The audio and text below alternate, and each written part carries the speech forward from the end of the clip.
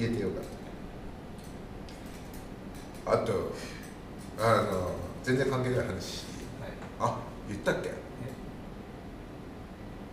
言ったよね、はい、コンビニに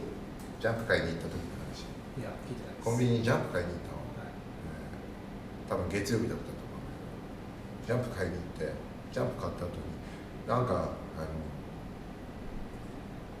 甘いもの、こう年取るとさ、甘いもの食べたくなる、甘いもの食いたいなと思って、で最近100均じゃなくてコンビニの中に100円のお菓子コーナーってあるじゃん、お菓子コーナー、あそこでピーナッツがチョコレートでこう固まってるやつある、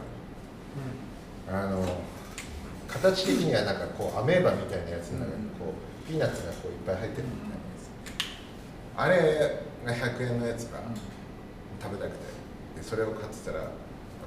おじさんが急に店に入ってきて、脇目も振らずに俺の前を通って、俺がこうやって見てんだよ、こうやってそれ買おうと思って見てる、俺のここを通ってスッて行って、そこの棚の中からあるものをバッて取ったので、取り出して、でそのままレジに行って買った。いや、おじさんこれだけ買いに来たんだと思って、何買ったんだろうと思ったらかりんとうなんだ100円のかりんとうなのよ。でサークル系なんだけど、サークル系から何ももらってないけどかりんとうそんなに美味しいはずねえなと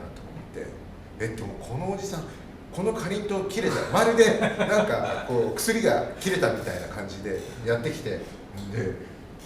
このかりんとうのためだけに焦ってきて買ってったってことは、このかりんとうには何かある、これうまかったらどうしようと思って、とりあえず2つ買ったんだで2つ買って行ったんだ。レジの人も大変だよね。なんか焦って買ってったと思ったおじさんの後にまたかりんとうをこう2つ買った男がいるね。かりんとうバカ売れかとか思って、で、買って帰って食ったらうまかった超うめえなと思ってこのかりんとう超うめえとか思って、もうこのピーナッツ吹っ飛んだね。サークル系サンクス。カエル先生カエル先生、いつも虫お金パイ虫食べパイ、カエル先生カエル